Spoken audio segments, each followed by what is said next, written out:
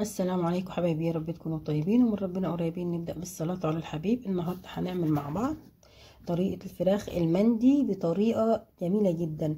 معانا ملح، معانا كركم، معانا كاري، معانا فلفل اسود، معانا بابريكا، ومعانا الفراخ. بصوا، عايزين تعملوا الفرخة سليمة زي ما هي وبتفتحوها بنفس الطريقة دي تمام. عايزين تقطعوها برضو مفيش مشكلة.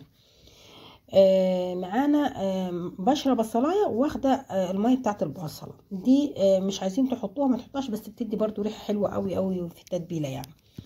معانا علبة زبادي.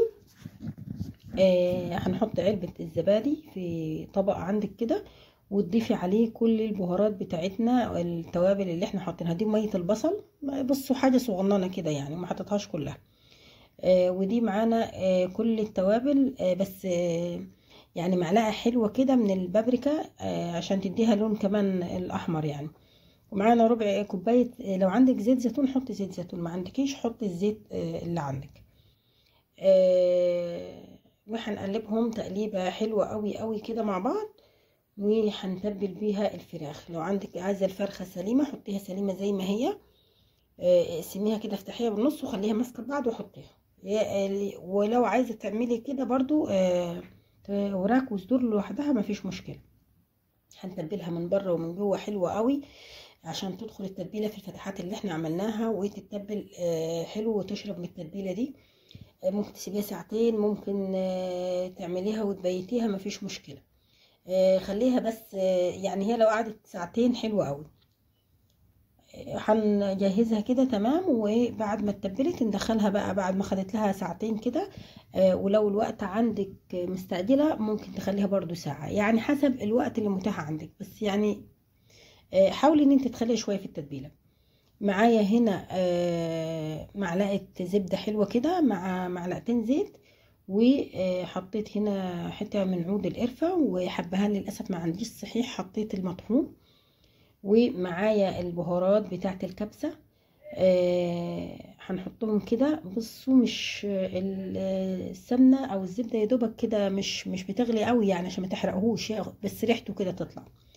ونحط عليه الرز. انا مش عامله رز بسمتي، ده الرز البلدي بتاعنا العادي خالص، وهيقضي الغرض وهيبقى جميل قوي قوي قوي. هنقلبه تقليبه حلوه، وهنحط عليه الشوربه اللي عندي. انا عندي شوربه في الفريزر طبعا، لان انا دلوقتي ما سلقتش الفراخ، حطيتها في الفرن على طول. طلعت الشوربه اللي عندي في الفريزر وعملت بيها الرز. ما عندكيش وعايزه تحطي واحده ماجي مفيش مشكله وتحطي له ميه. هنقلبه تقليبه حلوه ونسيبه خلاص كده، هيستوي تمام وزي الفل، وطعمه هيبقى روعه بصراحه. التتبيله البهارات بتاعت الكبسه جميله قوي قوي، اللي بتجيبها من عند اي عطار.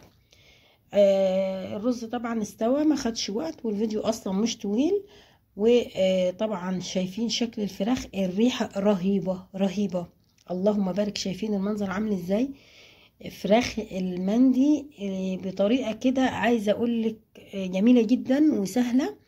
عملنا جنبه سلطه الكولسلو والرز زي ما قلنا. ما تكلفيش نفسك يعني، بس هي دي اكله اول الشهر، وفي نفس الوقت بنحاول نلمها. ما جبناش رز بسمتي، عملناها بالرز البلدي، جميله جدا جدا، الرز العادي المصري بتاعنا، ومهريه ما شاء الله زي الزبده.